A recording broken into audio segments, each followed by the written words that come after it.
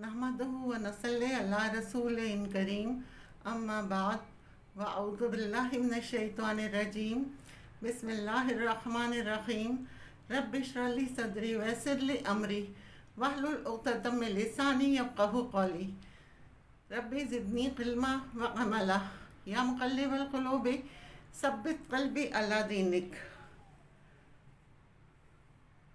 जो भी आपसे उधार वापस आपका ना कर रहा हो। दुनिया का निज़ाम एक दूसरे से ताउन करने के साथ एक दूसरे से हमदर्दी और नेकी के ज़रिए से चलता है। ये हमदर्दी ये नेकी कई तरह से है। माली तरीक़े से बंदा एक दूसरे की मदद करता है।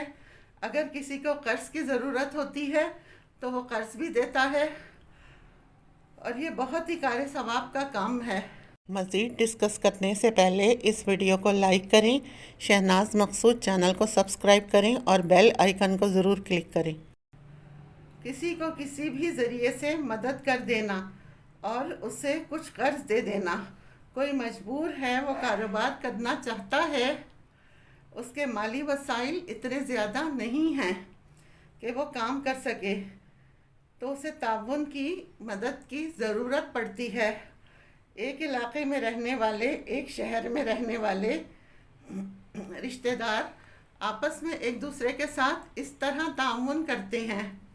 तो इस तरह जब ये मामलात एक दूसरे के साथ तय पा जाते हैं तो इसमें कई तरह की उलझनें भी आ जाती हैं, परेशानियां भी आ जाती हैं।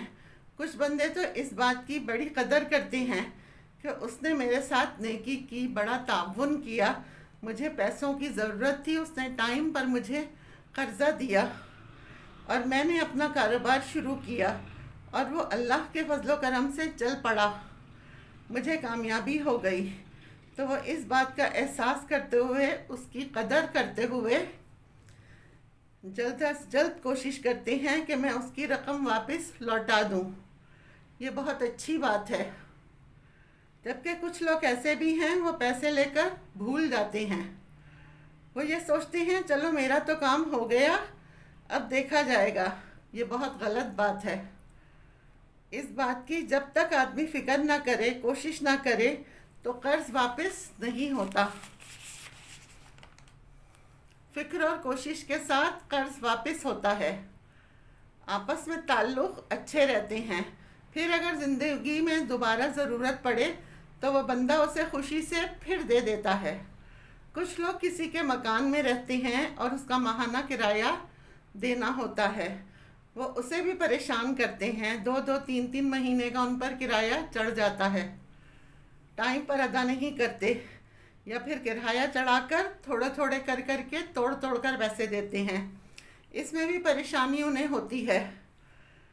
अक्सर कुछ किराएदार ऐसे घर में आ जाते हैं जो मालिक ही बनकर बैठ जाते हैं, कब्ज़ा ही कर लेते हैं, खाली ही नहीं करते। जितना मर्ज़ी उनको कहते रहो, बहानेबाजियाँ करते रहते हैं, ना किराया देते हैं ना मकान खाली करते हैं। इससे फिर मालिक मकान को इतनी कोफ्त होती है, इतनी परेशानी होती है और उसका माली नुकसान अलग होता है।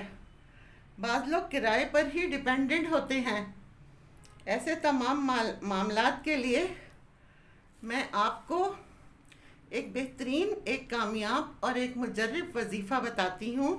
अगर आपने किसी को कर्ज़ दिया है और वो वापस आपको नहीं दे रहा, या आपने किसी को कोई ज़मीन खेती बाड़ी के लिए दी है, आपकी जो उजरत और मुआवजा है वो नहीं दे रहा, या मकान या दुकान किराए पर दिया हुआ है, उसका किराया सही मायनों में नहीं दे रहा, परेशान कर रहा है वो आपको, इन सारे कामों के लिए मैं आपको एक वजीफ़ा बताती हूँ।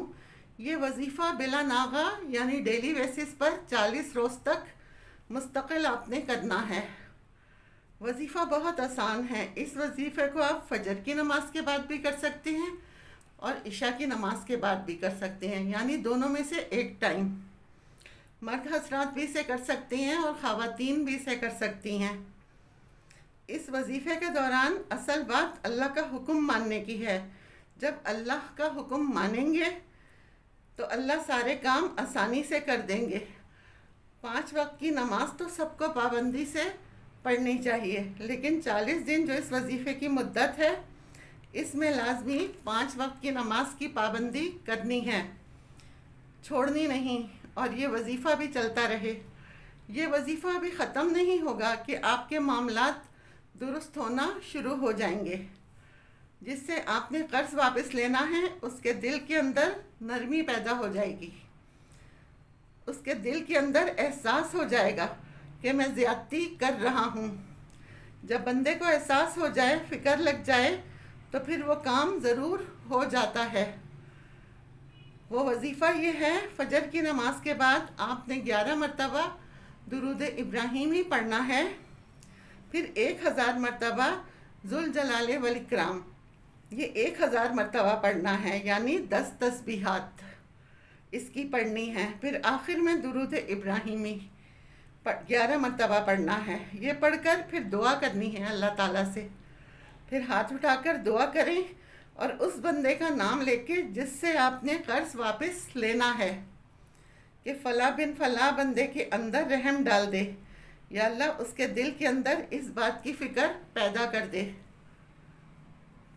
اور میری وہ رقم واپس کر دے۔ دعا میں نام لینا بہت ضروری ہے۔ یہ دعا براہ راست اللہ سے کرنی ہے، اور اللہ علیم بذات الصدور ہے۔ جب آپ اس کا نام لیں گے تو نام لینے سے اس کے دل میں ہلچل مچ جائے گی اور اس کو فکر لگ جائے گی۔ اس لیے نام لینے کے اندر یہ حکمت پوشیدہ ہے۔ یہ وظیفہ آپ فجر کے بعد بھی کر سکتے ہیں، اور اس وظیفے کو آپ عشاء کے بعد بھی کر سکتے ہیں، یعنی دونوں ٹائم نہیں، دونوں میں سے کسی ایک ٹائم کر سکتے ہیں۔ انشاءاللہ تعالیٰ آپ جو بھی معاملہ ہوگا، اللہ کے حکم سے آپ کا وہ اللہ تعالیٰ پورا کر دیں گے۔ وآخر دعوانا ان الحمد للہ رب العالمین۔